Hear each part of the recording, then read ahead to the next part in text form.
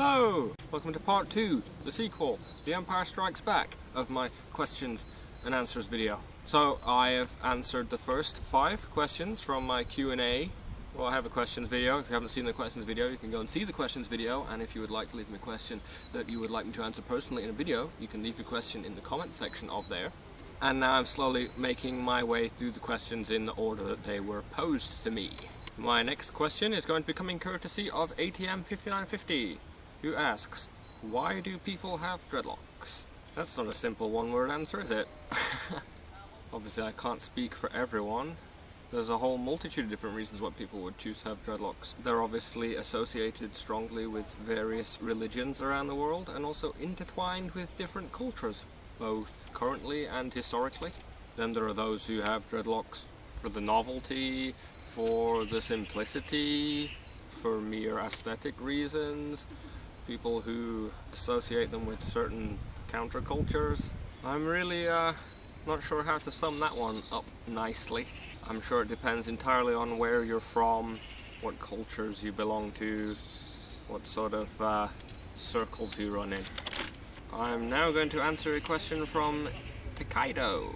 How would getting dreadlocks affect getting a job or holding a job? Depending on where you live, well, I know here in England, they are not allowed to say to your face that we're not hiring you because you have dreadlocks. That would be discrimination. But you can't read an employer's mind, and if you go to an interview, your prospective employer, if they don't like dreadlocks, if they think that your image is unbecoming of their, establishment, their business, then of course they might just pass over you. There's no sort of easy way around it.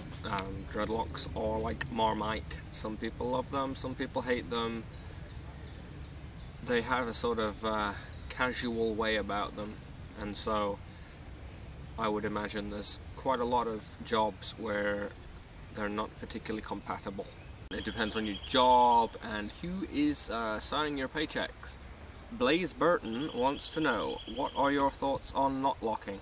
For my answer, I'm going to assume it's where you take the dreadlock, and if you have a loose root, you then pass the dreadlock through the loose root and then pull it, and then it, makes the root tighter.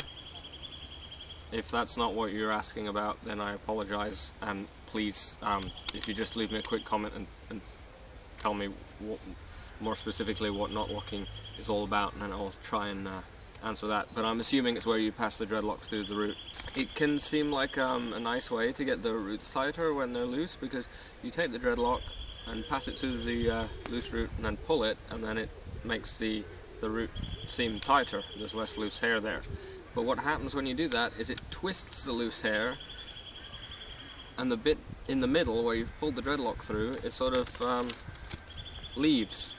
So you end up splitting the dreadlock. You have your normal dreadlock here, and then the bit that you've looped through, and then these bits get pulled and twisted tight, and then as the dreadlock grows out, you can end up with a split. I've seen that some people counter this by then not locking again at 90 degrees and pulling it again.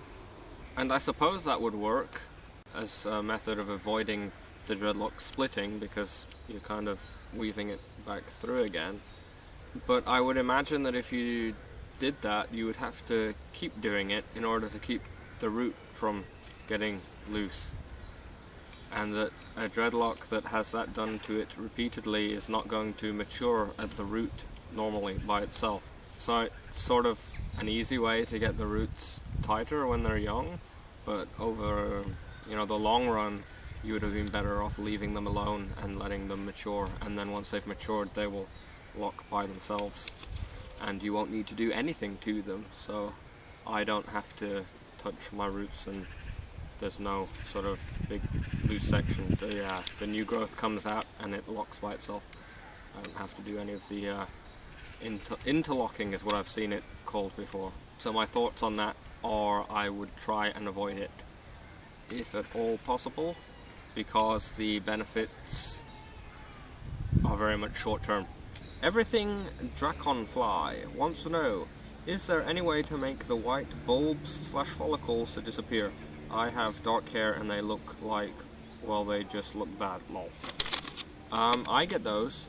Sometimes they're really annoying.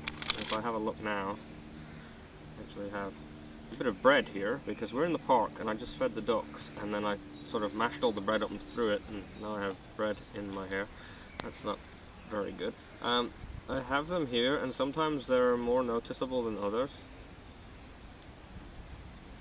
I don't think you can actually get rid of them. I just find that sometimes I have it worse.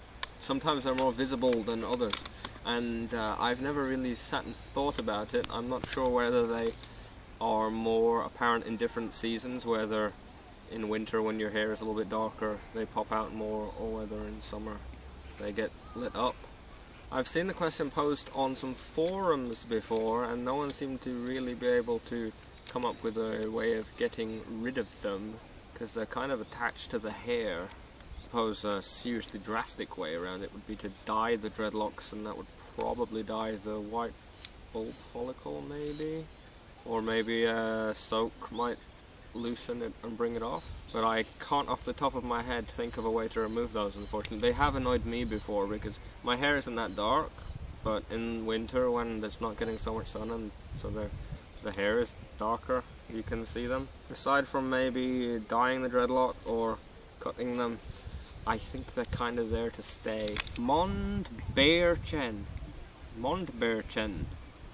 asks, how long do you have to wait for mature dreads in general, and where are your dreads scratchy? Okay, so the length of time it takes for the dreadlocks to mature is going to depend on the person, because it's going to depend on the method that you use to start the dreadlocks. It's going to depend on how long your hair was to start with, and it's going to depend on whether your hair is really fine and straight or really curly.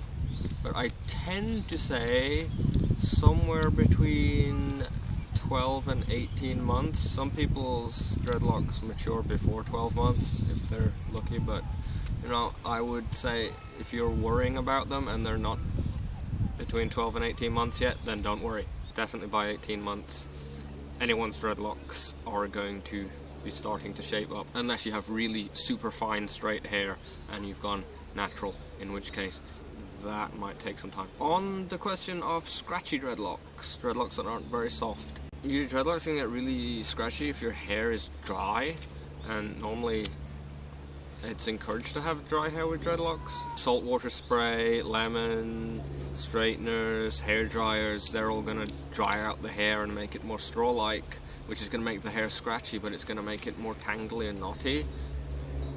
If you want to try and counter that, if you go and watch my Super Soak Deep Cleanse video, the one again where I'm eating the lemon, I'll put a link in the box underneath, and that will make your dreadlocks super bendy and super soft and nice and cozy.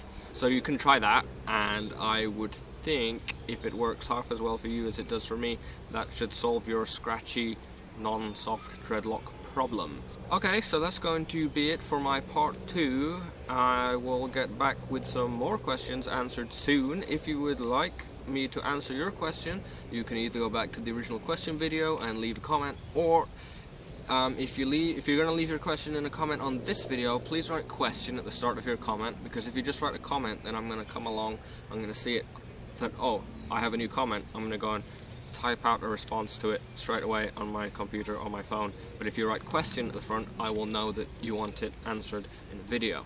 So if there's a question at the start of the comment, I will answer it in the video. If there's no question, you're just going to get a text reply.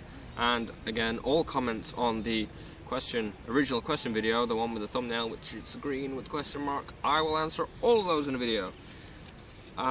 If you want to just make a general reply or comment on this video, don't write question at the start of the comment, and we can chat about this video. I hope I was mildly informing / entertaining and things. I hope to see you again. Goodbye.